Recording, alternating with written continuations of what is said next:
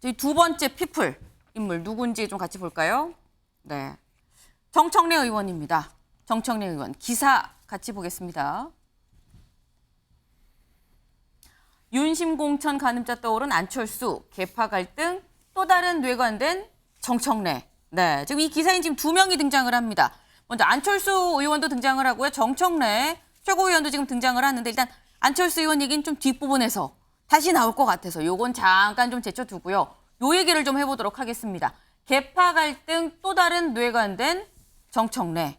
네, 정청래 의원에 대해서 왜 계파 갈등 얘기가 나오는 것이냐. 네, 정청래 의원 지금 행정안전위원회 상임위원장 이 위원장 자리를 내가 해야 되는데 지금 나한테 주지 않고 있다라고 좀 강력하게 반발을 하고 있는 그런 상황입니다. 관련 목소리를 좀 들어보고 얘기 이어가 보겠습니다. 예. 정치적 관례는 지켜져야 됩니까? 깨지기도 합니까? 깨지기도 하죠. 예. 자, 우리 당으로 보면 장관 출신은 상임위원장을 맡지 않는다. 원내대표 한 사람들은 상임위원장을 맡지 않는다. 예. 주요 당직자는 맡지 않는다. 맞지 않는다. 이게 관례였어요. 그랬죠? 근데 장관 출신, 원내대표 출신 다 상임위원장 했죠. 네. 그래서 제 행안위원장 문제는 박광원 원내대표가 약속을 못 지킨 거잖아요. 대국민 발표를 했지 않습니까? 행안위원장은 정청래다.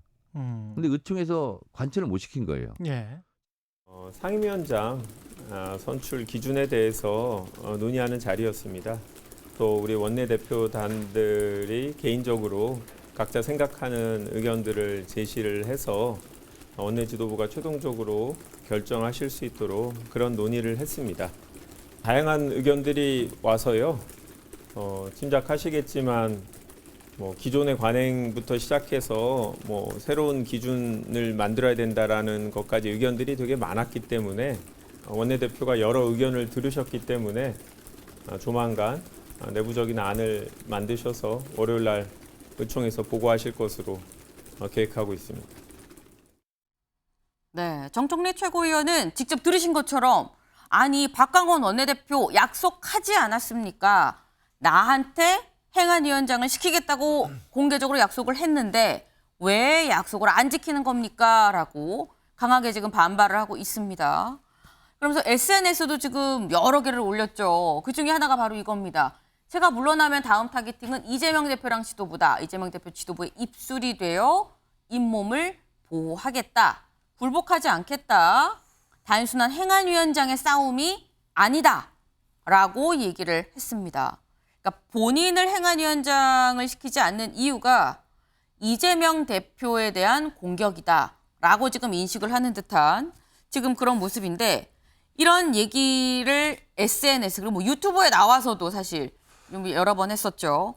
그러다 보니까 이재명 대표에 대한 공격이다라는 이런 취지 글에 또 강성 지지층이 아까 잠깐 보셨나요? 청원을 넣었습니다. 어떤 청원을 넣었느냐. 정청래 의원의 행안위원장 내정을 간곡히 부탁드립니다. 청원 동의가 지금 5만 8천이 넘었습니다. 거의 6만 명에 달하는 이런 수. 그러니까 지금 계속 나 행안위원장 안 시켜주는 이거는 비명계의 움직임인 거고 이재명 대표에 대한 공격이다라고 지금 생각을 하고 있는 것 같은데 다음 주 월요일 이제 12일에 의총이 예정이 돼 있기 때문에 새로운 기준이 좀 발표가 될 거다. 상임위원장 시키는 데 있어서 새로운 기준이 발표가 될 거다라고 했는데 이 상황은 김상일 위원님. 네. 박광원 원내대표 고민이 상당할 것 같다라는 생각이 듭니다. 고민이 상당할 것 같아요. 네. 왜냐하면 제가 일반화된 관점에서 보면 네.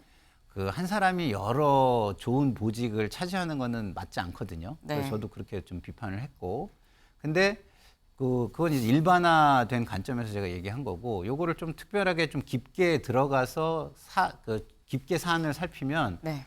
정청래 의원이 조금 억울한 부분도 있어요. 왜냐하면 요 1년 전에 네. 장관 출신 이런 사람들이 와가지고 상임위원장을 했고 하고 있어요. 네. 근데 정청래 의원은 사실 상임위원장 임기는 2년입니다. 네. 2년인데 정청래 의원만 한 상임위를 바꿔서 하자고 했기 때문에 1년이 돼버린 거거든요. 네. 그러면 그때의 상임위원장이 된 다른 장관 출신들은 계속 하고 있는데 본인은 맞바꾸기로 했기 때문에 2년을 계속 못하고 네. 하지 말아야 된다 이렇게 되는 거거든요. 네. 이게 형평성이 어긋납니다, 사실은. 그래서 정청래 의원이 행안위원장을 하지 말라고 하려면 네. 지금 하고 있는 장관 출신의 다른 상임위원장들도 하지 말라고 하는 게 맞아요. 네. 그래서 그런 부분으로 보면 이게 1년을 그 협의에 의해서 바꿔서 교체로 하려고 하는 것이 마치 신임으로 상임위원장이 되는 것처럼 보여져서 네. 약간 억울한 부분이 있겠다 이런 근데 생각은 문제는 들거든요. 정청래 최고위원이 이거를 나에 대한 공격이고 비명이 지금 그렇죠. 명을 그 부분은 공격한다, 저는 이렇게 좀 얘기했어요. 실수하시는 것 같아요. 이게 개파 갈등이라는 네. 이야기가 나올 이유가 없는 거거든요. 네. 왜냐하면 원내의 상임위 배분과 상임위원장 배분은 원내 의원들끼리 하는 거예요. 그리고 당과도 별로 관계가 없습니다. 당대표하고도 관련이 없어요. 원내대표가 거의 네. 하는 거기 때문에. 그런데 이것을 마치 이재명 대표의 공격으로 그 치환을 하고 그다음에 강성 지지층을 약간 선동하는 듯이 이렇게 행위를 하는 거는 저는 정청래 의원께서 조금 자제하시는 게 좋겠다 이런 말씀을 드리고 그렇지만 어쨌든 그 본인이 얘기하는 억울함 이거는 제가 볼 때는 형평도 좀 깨져 있고 네. 그리고 이미 소급 적용을 하면 안 된다는 측면에서 보면 이게 1년을 번갈아 하는 것 때문에 바뀐 거지 네. 2년 임기에 상임위원장을 맡았다는 측면에서는 네. 약간 소급 적용의 어떤 차원도 있다 이런 생각이 좀 듭니다. 네. 그럼 조상호 의원님. 예. 결말이 어떻게 날까요? 다음 주 월요일에 새로운 기준을 발표한다는데 그럼 정청래 최고위원은 행안위원장 맡을 수 있는 겁니까? 없는 겁니까? 그걸 뭐 저희가 지금 예측할 수는 없겠죠. 뭐 마치 반장 선거 그 결과 맞추는 것 마냥 네. 어려운 일일 건데. 우세하다는 있잖아요. 예, 근데 판세가. 사실은 만약에 네. 이제 결국에는 정청래 최고위원을 그 상임위원장을 임명을 안 하는 상황이 되게 되면 박광원 원내대표가 정중하게 사과는 해야 될 것 같아요. 약속을 못 지킨 부분에 대해서 사과하고 어루만지는 그것도 리더십의 한 모습이잖아요. 네. 그다음에 정청래 최고위원도 이제 최종 결정이 내려지게 되면 네. 어쨌든 심지어 당원들한테도 자신의 주장의 정당성을 확인받았잖아요. 그러니까 이거를 그 이상으로 확대해서 당내 분쟁으로 끌고 가는 건 바람직하지는 않다고 보입니다. 네. 일단 두 분의 말씀을 좀 들어보면 뭐 결론적으로 상임위원장을 맡을 수 있을지 없을지는 모르겠지만 스스로 좀 잘 물러나 주시면 참 좋겠다라는 취지가 좀 느껴지긴 하네요. 네.